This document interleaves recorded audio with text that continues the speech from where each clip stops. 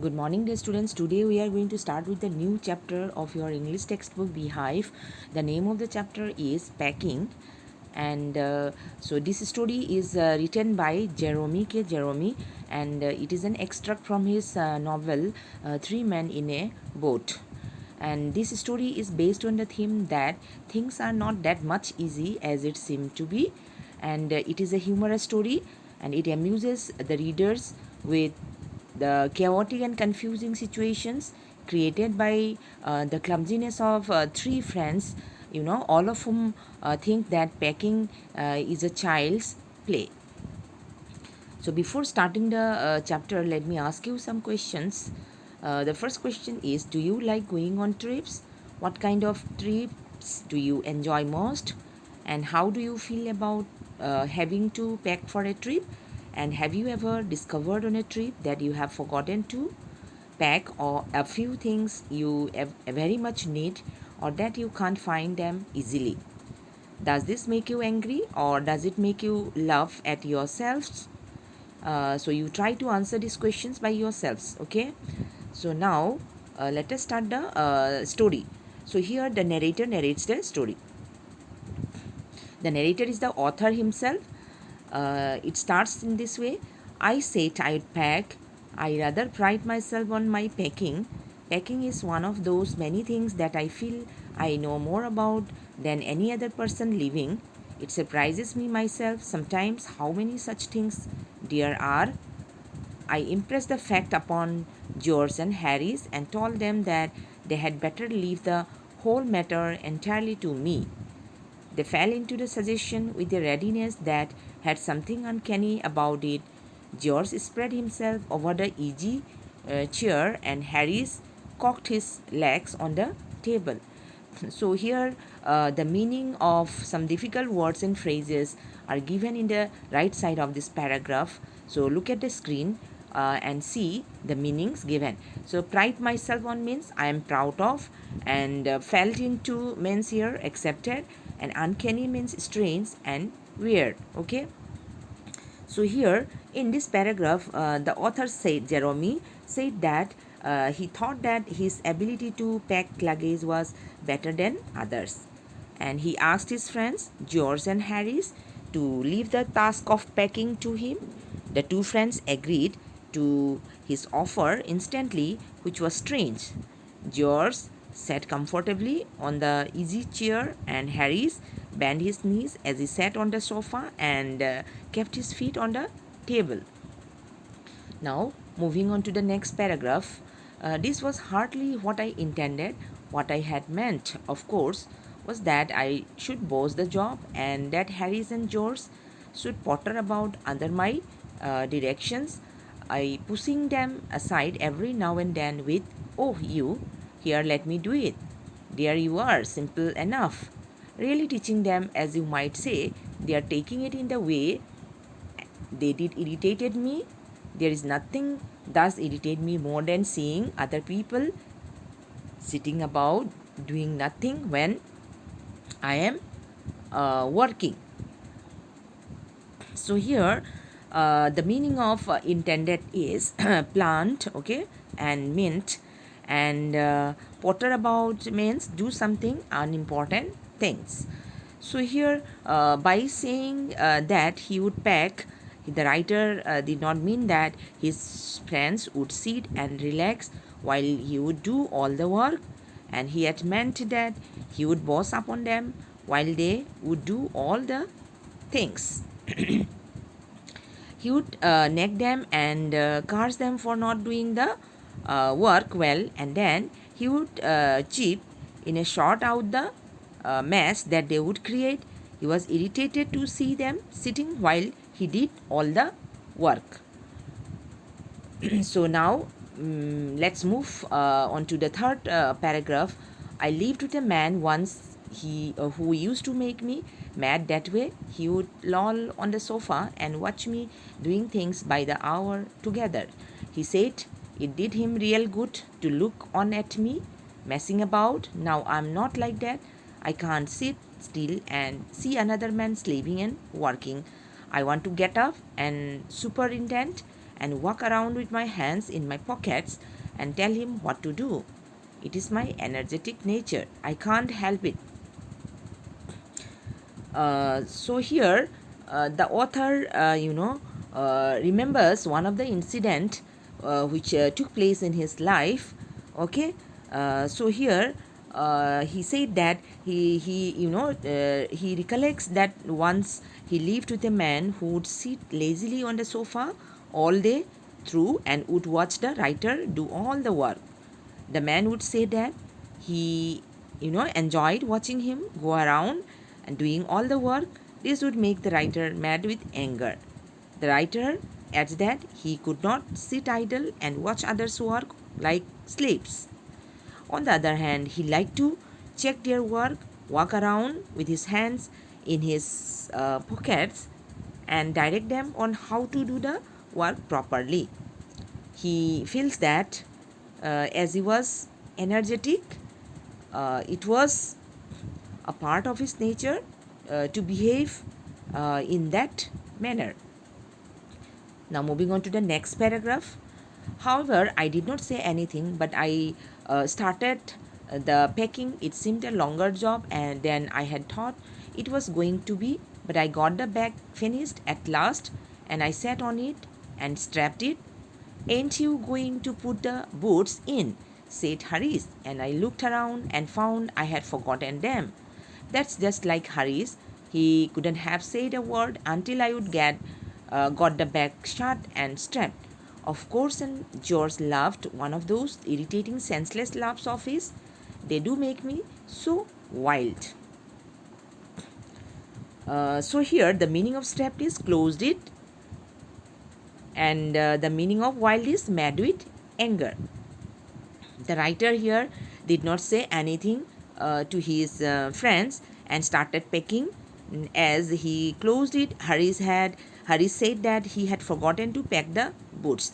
The writer felt that Harris could have reminded him before he had closed the bag, but he thought that Harris was like that. This was followed by an irritating laughter by George, which made Jeremy wild with anger. Now, moving on to the next paragraph. In the next paragraph, the author writes, I opened the bag and packed the boots in, and then, just as I was going to close it, a horrible idea occurred to me. Had I packed my toothbrush? I don't know how it is, but I never do know whether I have packed my toothbrush. My toothbrush is a thing that haunts me when I am traveling and make my life a misery.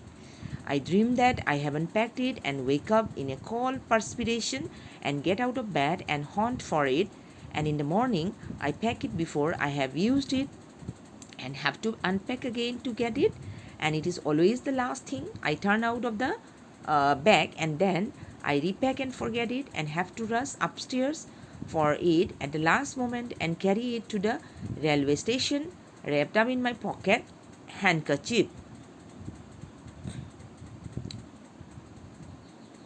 Now, Jeremy opened the bag to keep the boots in it. As he was about to close it, he was struck by a strange thought that he had, that had he kept the toothbrush or not. He says that he never remembers if he has packed a toothbrush or not. But Jeremy here adds that while traveling, he always, messes up with carrying his toothbrush, and he has nightmare of not having packed it. Wakes up in sweat and looks for it, and in the morning he packs it before using it, then unpacks the bags to get the brush and uses it as it is the last thing that comes out of the bag, and he has repacked the bag and he forgets packing it again. At the last moment, he rushes to his room to get the brush, and finally he wraps it in his handkerchief and carries it to the railway station in his hand. Now, let us move on to the next paragraph. Of course, I had to turn every mortal thing out now, and of course, I could not find it. I rummaged the things up into much the same state that they must have been before the world was created. And when chaos reigned, of course, I found George and Harris 18 times over, but I couldn't find my own. I put the things back one by one and held everything up and shook it.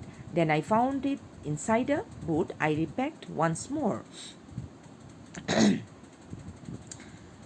So here the meaning of mortal thing is every ordinary thing, and the meaning of ramazed is such in a hurried or careless way, and the chaos means confusion, and rain means ruled.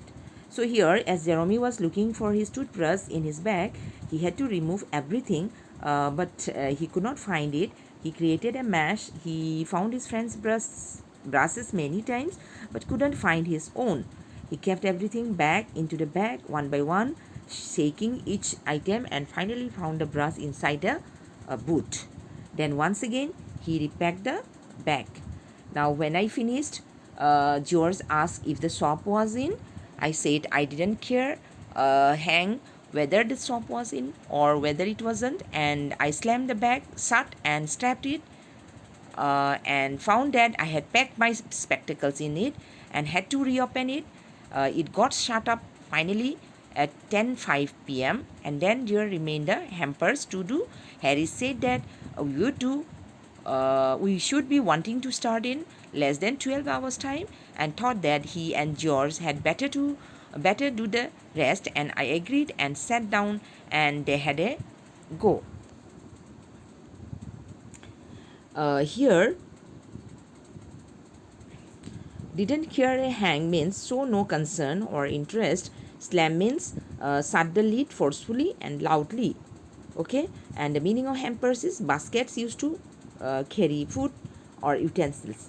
So here now, when Jeremy closed the bag, George asked if the shop was there inside it or not. As Jeremy was impatient, he replied that he wasn't concerned about what he said. Okay, and then he realized that he had packed his spectacles into it and had to open it again to get them. Finally, the bag was closed at 10:05 p.m. Then they had to pack the food baskets, and Harry said that as they were left with less than 12 hours to leave, they should pack the baskets as well. Harris decided that the food baskets would be packed by him and George. Jeremy agreed to take his turn for some rest while his friends packed the baskets. Now, both of them began in a light-hearted spirit, evidently intending to show me how to do it. I made no comment. I only waited. With the exception of George, Harris is the worst baker in this world, and I looked at the piles of plates and cups and kettles and bottles and jars and pies and stops and cakes and tomatoes, etc., and felt that the thing would soon become exciting. Now it did. They started with breaking a cup. That was the first thing they did. They did that just to show you what they could do and to get you interested. Then Harry packed the strawberry jam on top of a tomato and squeezed it, and they had to pick out the tomato with a teaspoon. Now, the meaning of light-hearted spirit is to be cheerful, and exception means a person or thing that doesn't follow the general rule. Now here, George and Harris already started packing the hampers in a happy mood. They wanted to show Jeremy that they could pack well. Jeremy waited for them to create a mess because he considered Harris to be the worst packer in the world. Now Jeremy looked at the piles of plates, cups, kettles and bottles, the jars, cakes and tomatoes, which had to be packed into the hampers.